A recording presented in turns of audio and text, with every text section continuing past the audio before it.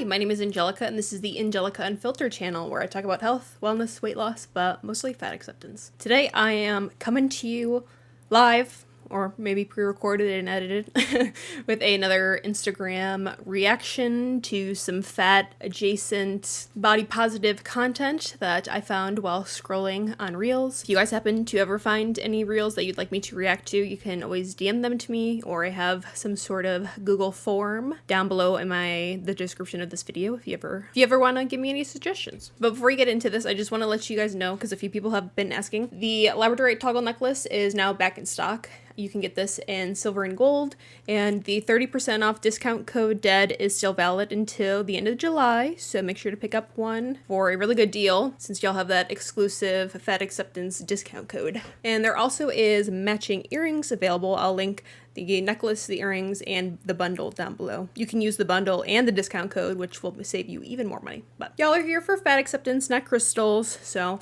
let's hop into this video. I don't like to admit this, but I am visually impaired, so I am going to put my glasses on because my eyes have been hurting so goddamn bad recently. I don't like to wear my glasses when I film because I feel like there's always such a glare. So sorry if you find that annoying. Just listen to this video instead of looking at me. Even though I know that would probably be hard to do because I'm so gorgina and you just have to stare. So here we have 𝓌𝒽𝒶𝓉𝓃𝑔. I probably just fucking butchered that. And the caption is, "I'd rather heal than shrink." And the little text on the screen for the video says, "You look happy," in quotes, which is like a trend going on right now. Then the reply is, "Thanks. I unfollowed every formerly plus size influencer who only makes weight loss content now." And it is a Taylor Swift song, so I will edit the sound so I don't get copyrighted. If you don't pick up your dog's goddamn leash and stop making fat acceptance content, we're gonna have a fucking issue. You see this right here? LOL at Shiny by Nature. Y'all, I mean, obviously they didn't tag them because they're chicken shit. You know, I stuck up for Shiny by Nature or Alex Akoaso in a video last year. I think I made that during my Vlogmas, when that one Health at Every Size dietitian made some slanderous video about her. But it's like, I literally just said this in my 𝒻𝑜𝓁𝓁𝓃𝓣 video, but I think a majority of the people that are plus size influencers that go on to like start making weight loss content, they don't make as much weight loss content as people make it out to seem. But people or their followers are seeing more of their weight loss content maybe because guess what? That's the content that you fucking interact with. Sorry, not sorry. And if you go to these people's pages that, you know, these people are just saying bake only weight loss content now, if you go scroll through their pages, they still make a lot of the same similar content. Like most plus size influencers, they are not making money off of their weight loss. So they have to still make fashion, lifestyle, makeup, skincare videos and like promote products so they make some sort of income, because most people don't make money on Instagram purely by views. There's only like actually a very small percent of people that make money on Instagram through views. They have a creator program on Instagram, but it's not readily available to everyone. For a plus size influencer to start lose weight is actually a bad business decision because a lot of their followers are going to unfollow them because they are pressed. All right, and then Vanna models. The alt plus size baddies to fatphobic and super religious pipeline must be stopped. Who are they talking about? I don't know one alternative plus size baddie that turned into a fatphobic fundy. Can't name one. Me too. I can respect their choices, but I don't have to look at them while they do everything they can to not look like me. What if someone's weight loss literally has actually fucking nothing to do with you? I don't lose weight, so I don't look like Aubrey Gordon or Amber Lynn Reed. I lose weight because maybe one day, if I can afford it, hopefully within the next 5 years, I would like to start having children, and being obese while pregnant is super dangerous for me and my future children. Like, it's not, y'all, I don't even have fucking words for you anymore. Like, I understand, like, we live in our own worlds, in our bubble, so it does kind of feel like the world does revolve around us, but, like, if you take a step back and think for more than fucking 3 seconds, it's not about you. It never was about you. Jenny, I don't know who you are, but you're private as well, so I can't even see who you are. Jenny, no one is thinking about you when they lose weight. I promise you that. They're thinking about themselves. Okay, here we have someone sound of mine. God forbid someone get healthy, question mark, body positivity until you feel bad about yourself, I guess. Yeah. God forbid someone else take care of their health. I mean, I do understand that people have the right to unfollow people, whether that be because they are losing weight or they're just not interested in their content anymore. I just think that if you can't handle seeing someone occasionally post about weight loss, then you're triggered, and that has nothing to do about the content creators you unfollow and says more about you. We have Carvey Fit. I'm probably not pronouncing that right as well. So the caption says, just a reminder that you can decline being weighed at the doctor. You can decide what you're willing to discuss with your doctor. People in all bodies may experience health issues. If all you choose to do is move your body, feed it, and rest it, that's enough. You are enough. You are the boss. Hashtag body image. Hashtag health at every size. Hashtag plus size. Y'all know I love a hashtag. Hashtag I love hashtags. Of not crying on the internet, and I plan to keep that up. Good for you. Let's all cry less on the internet. I keep that for members only. Went to the doctor, and I walked in for just a yearly physical exam. Congratulations. Everyone, go get your yearly exams. Get your blood work done. You never know what can creep up on you in a year. We're getting old. We need to take care of ourselves. The doctor comes in, he's looking over my past visit, and he was like, okay, well, I know that somebody probably has talked to you about this before, but if you're interested in a GLP-1, we should probably talk about that because... Well, what was going on in your past visits that would trigger him to talk about a GLP-1? Because I know a lot of people talk about GLP-1s for food noise and obesity and, curbing hunger, but it also can help with inflammation and other problems. But losing weight also helps with a lot of those issues. You're young, you're 30, and we don't want to start you dealing with any of these things. And he starts listing off high blood pressure, high cholesterol, diabetes. Because you're obese. And quite frankly, whether she wants to accept it, whether you or I want to accept it, science is real, whether we accept or deny it. Being obese is bad for your health. And I know that anyone can get these disorders and diseases. It doesn't matter what they weigh. Skinny people can also get type 2 diabetes. Okay, but it's more likely to happen if you're fucking fat, okay? Stop with the whataboutisms. You're pissing me off. Good for her doctor for saying something, because I feel like a lot of doctors don't even talk about weight anymore. That biometric is completely ignored because of the health at every size bullshit that is pushed, but also because people are so sensitive about it. I mean, I get it. I'm still a little sensitive about it too. I'm not as sensitive as I used to be because I'm actually working on my relationship with the number on the scale. And then of course, some people get so fucking upset about it that they report their doctor for being fatphobic, even though the doctor is literally just expressing concern for their patient, which they should be because it's their fucking job. Blood work looks good, he said. Your blood work looks great. He starts listing all of the good things that my blood work shows. And then it's still but if you want to do a GLP-1. So I stopped him immediately. Okay, but why is your doctor saying that? Something had to trigger this conversation. I know some doctors can be ignorant, but most of them just don't come in there guns blazing. I guarantee you that some sort of conversation about weight had to happen, or she has some sort of disorder or disease that has to do with inflammation, she just said she's 30, but when you are younger, it is so much easier to get away with being overweight. But, as the mid to late 30s start creeping in, the joints are starting to feel a little bit more stiff. It's a little bit harder to do the stuff and the things. So it makes sense that her doctor would bring that up before it actually gets that bad. It seems like her doctor is doing preventative healthcare, which I feel like a lot of doctors don't do. Like they would rather just give you a pill to stop these side effects rather than helping a patient not even have to get that far. Whether she likes to admit it or not, her weight will catch up to her. It doesn't matter if you work out, if you eat a salad, being overweight hinders your health. He said, I'm not interested in that. A couple minutes later, he comes back to it.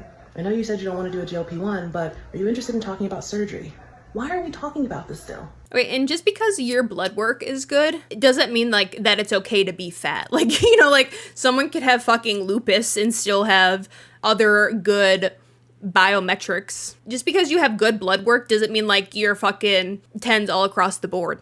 That is one biometric. and how you are right now and the health that you have right now is not guaranteed for the rest of your life. That's why you have to take care of yourself in hopes to prevent hardship in the future. Except for a couple reasons. One, why are we talking about that right now when you're telling me to my face that the facts are showing you there's nothing wrong? There's nothing wrong with my body and the way that it functions. For now, you're a young 30. I just talked about Rosie Beam in my 𝒻𝒾𝓃𝓀𝓈 video. Was in the body positivity movement in her late 20s up until like her early 30s. And her weight didn't catch up to her until her mid 30s. I think she said she's 38 now and she's about to get weight loss surgery, which I support and I'm so happy for her. But it's like, you can be young right now and overweight and it's fine. But eventually it will catch up to you. Just like smoking, just like drinking, just like doing any other substance. It will catch up to you. The body is resilient when it's young. And guess what? We're not young forever. You have an issue with the number, but there's nothing actually wrong with my blood. Yeah, your blood's okay, but the adipose tissue on your body is not good. So those same things, high blood pressure, high cholesterol, diabetes, affect people in smaller bodies too. Okay, but guess what? You're fat, so that doesn't apply to you. Those things actually have nothing to do with my weight. I also felt really bad for anyone who walked in there with a little less confidence than I did, because yeah, she has the backbone to stick up to her doctor, because her doctor has absolutely no education and professional experience in health or medicine or science. Some random person on Instagram, some random citizen knows more about health than a doctor. Shaken and had to come back to the bathroom and take a moment, because in that moment, you're making me question that. Is there something wrong with me? Yes, you're overweight. And guess what? So am I.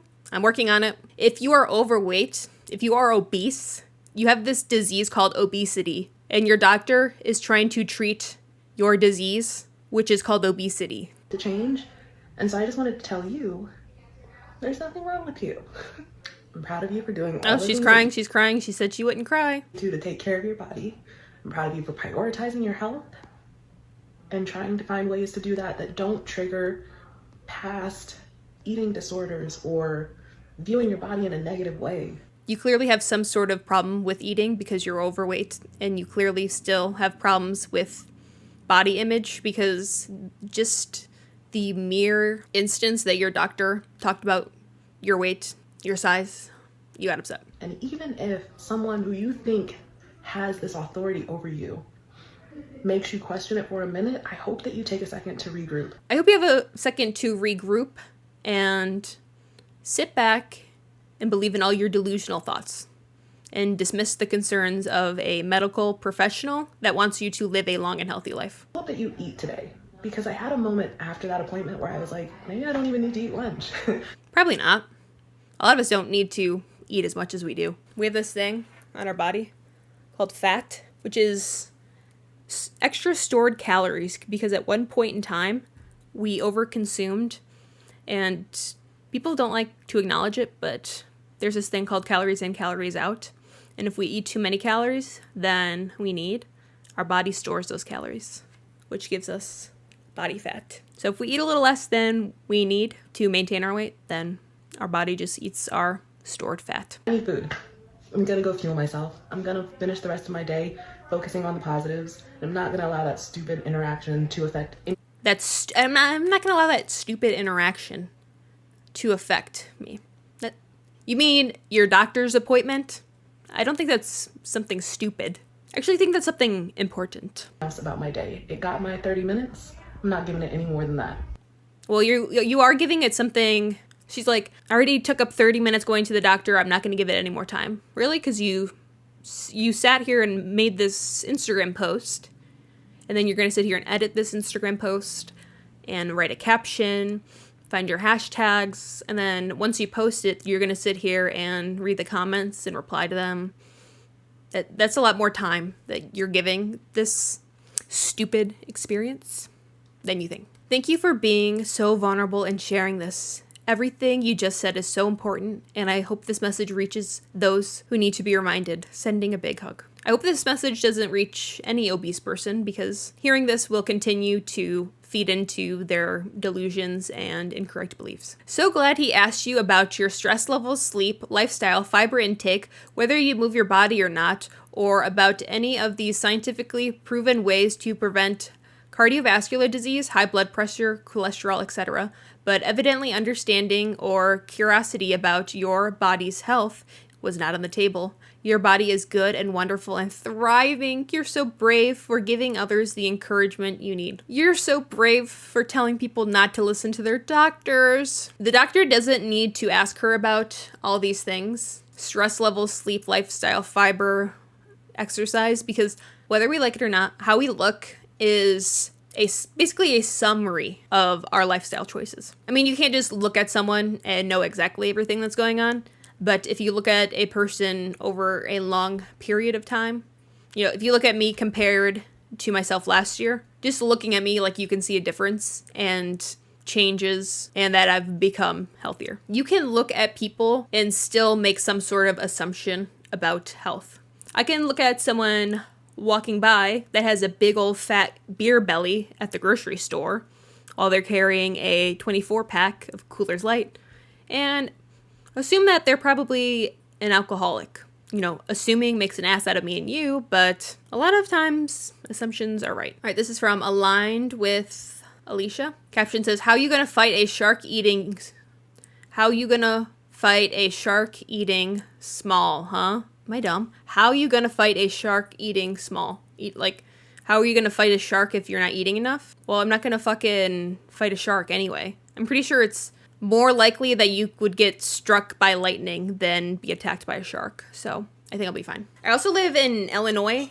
There is no body of water within 200 miles of me right now. The closest body of water to me is either the Mississippi River or Lake Michigan, which neither of them have sharks in them. Lost its goddamn mind.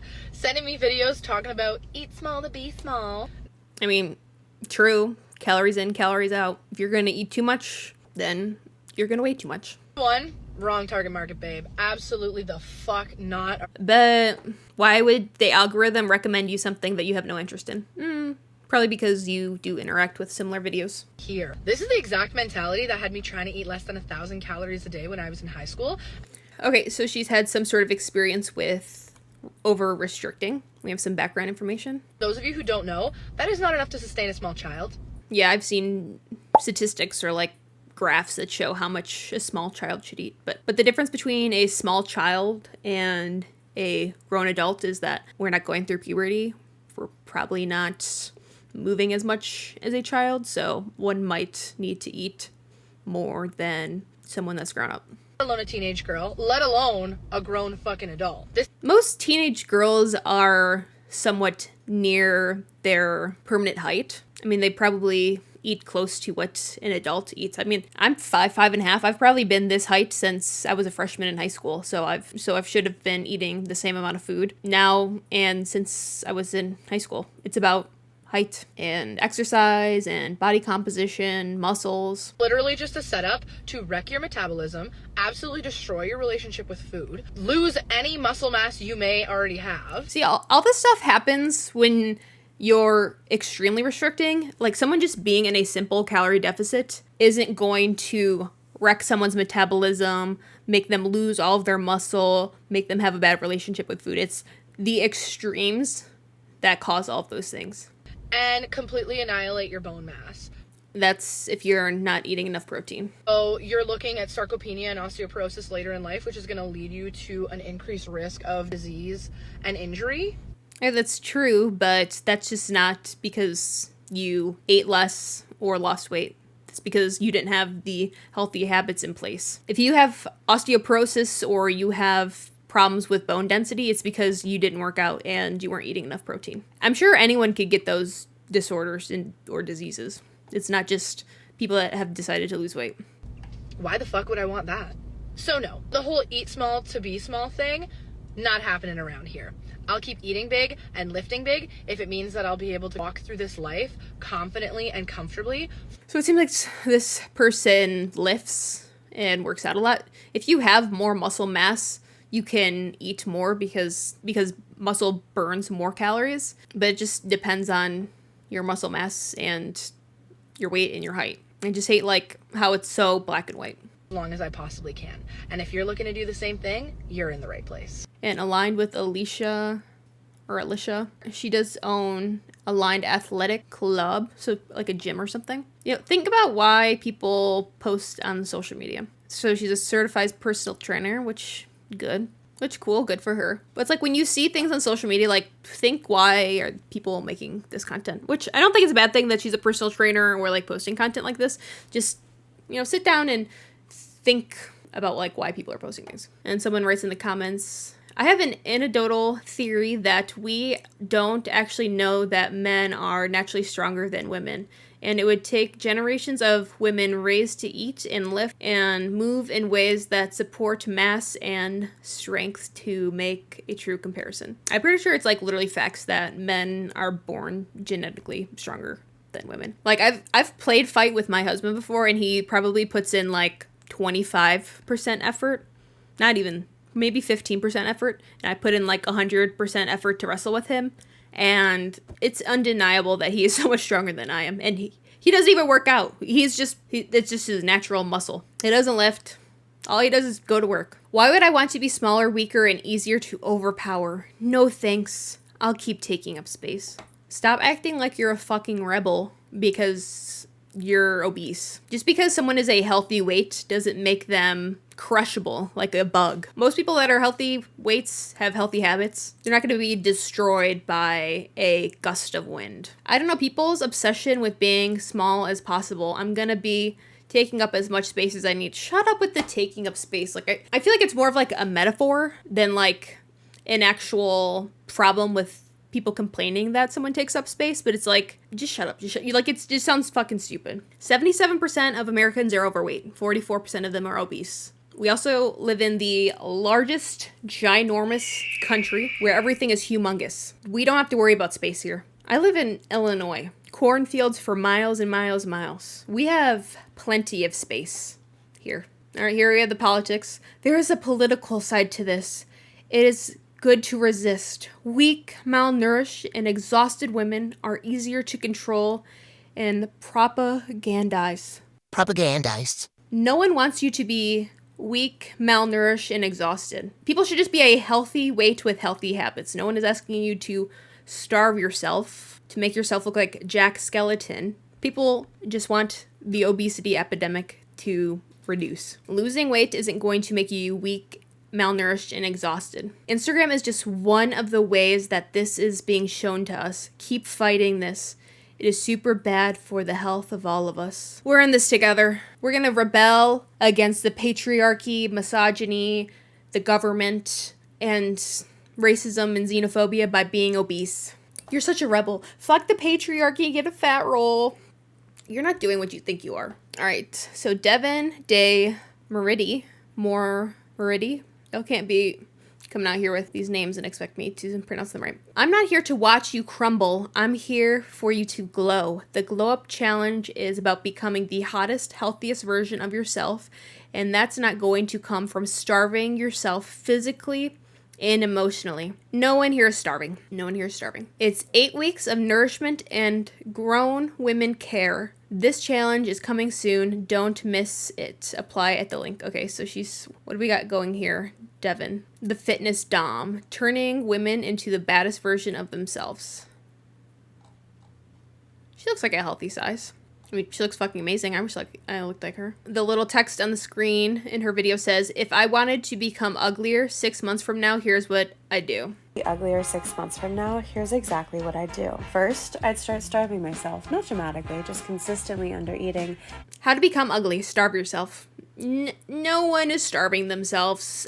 A small percentage of people are actually starving themselves. You know, people that actually have a restrictive Edward Cullen, a restrictive identity.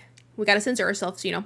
It's just, I just hate when people act like losing weight is starving yourself. Of course, people can eat way less than they need to, but being in a calorie deficit is like 100 to 500 calories less than you need to maintain your current weight. I'm in a 500 calorie deficit right now, and what I eat is around like 1,600 calories. Yesterday I had 1,300 calories and I was completely fine. I did not starve to death. I did not wither away. I woke up this morning feeling completely fine. It being more mindful, while my hair starts thinning and my sleep gets worse, and I'd power through those headaches and dizzy spells.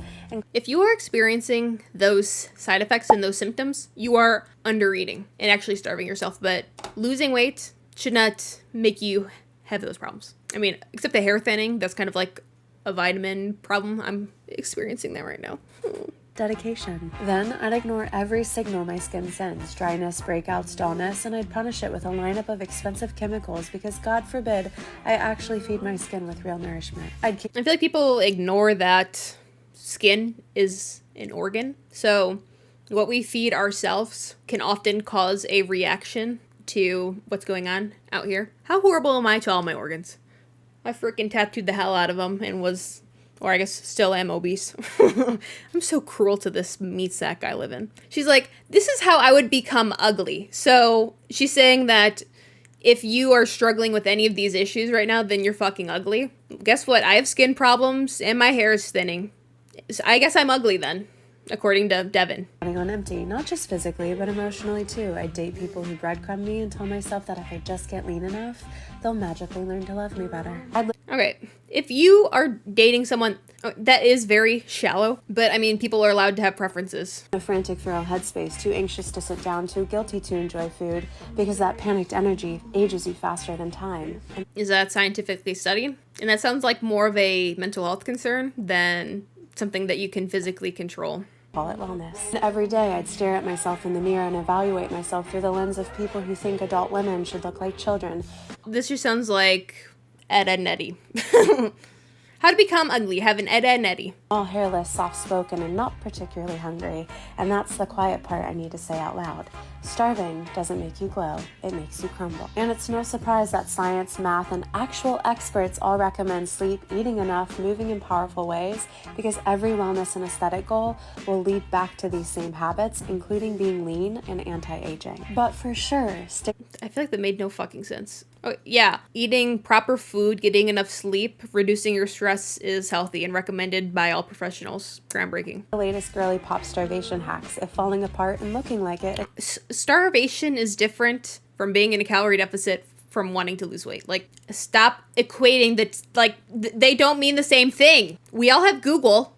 Fucking Google the two definitions, or go on ChatGPT and type in what is the difference between starving myself and a calorie deficit. It's two different things. Goal. I, however, am not afraid to look and feel and savor and live in my body like a grown woman.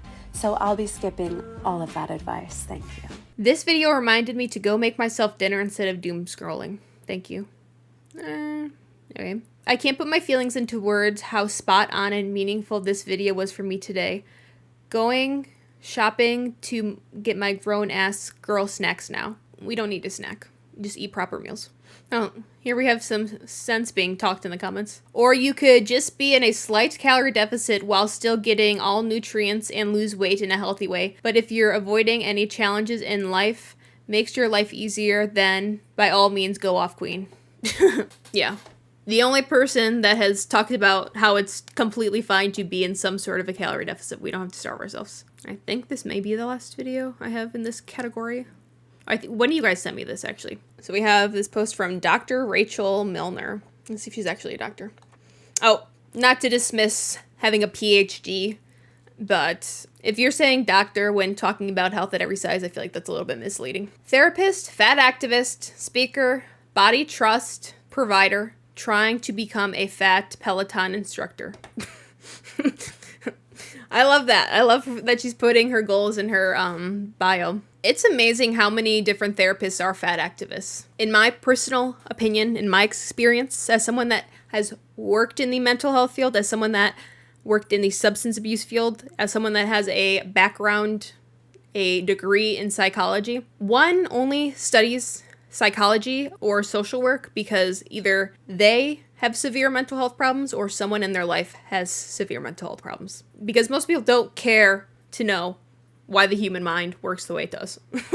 And that statement also holds true to fat activists that are therapists. You obviously have some sort of disordered relationship with food and exercise if you're a fat activist. So you probably have some sort of ED while being a therapist. And don't get me wrong, I know therapists and social workers have their own problems and can have their own mental health diagnoses, but I think when you aren't healed enough, or if you can't take your personal bias out of your work, then how you feel about something is going to be pushed on your clients. And fatness is obviously a huge part of her personality, which I'm sure she also makes her clients' problem. So here we have the caption. As a higher weight person, not a fat person, a higher weight person, there's nothing like entering a room filled with chairs like these. I'm sure these chairs aren't comfortable for anyone, but for a higher weight person, it goes beyond lack of comfort. Hi, I'm so fucking fat that these chairs scare me.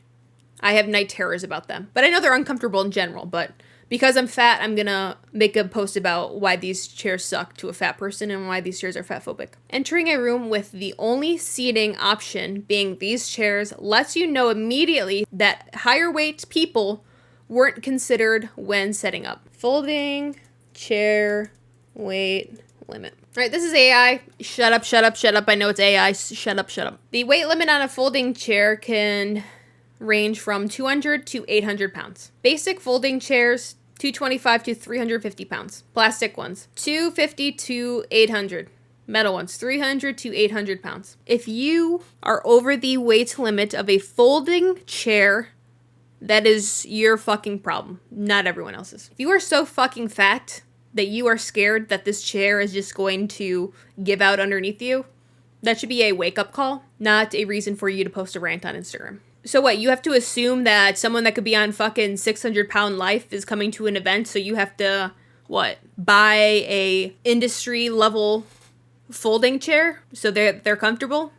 Do you need a double-wide seat so you can sit down in the folding chair? If your ass is so big, then fucking pull up two next to each other and sit on it. One cheek on one chair, one cheek on the other. You gotta do what you gotta do.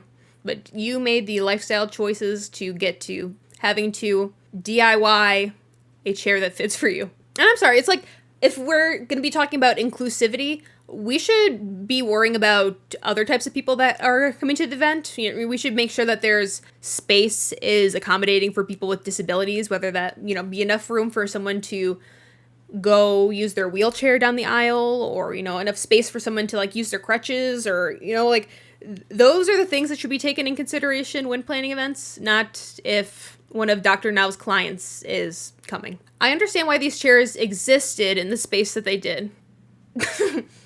I understand why these chairs existed in the space that they did. I feel like they're like pathologizing the fucking chairs. They are lightweight, inexpensive, fold up, and are easily stored so the space can be used for other things. Yeah, it looks like a fucking high school gym. Sorry they don't have luxury seating for you. Go stand in the back then. And they don't work for higher weight bodies. The decision between trying to half sit on a chair while half supporting your weight on your own and standing in the back of the room aren't great options. Well, I'm sorry, that's the fucking two options you got. If you can't sit on a chair, then you have to stand. Are you some special snowflake that they need to provide seating for? Are you the VIP of the event? I ended up spending time doing both, but it wasn't very comfortable, and it definitely didn't make me feel welcome. Well, it wasn't comfortable because you're so goddamn fat, and it's your problem. If you're gonna own your fatness, then you need to own the situations that your fatness puts you in. And let me remind you, these chairs aren't comfortable for anyone.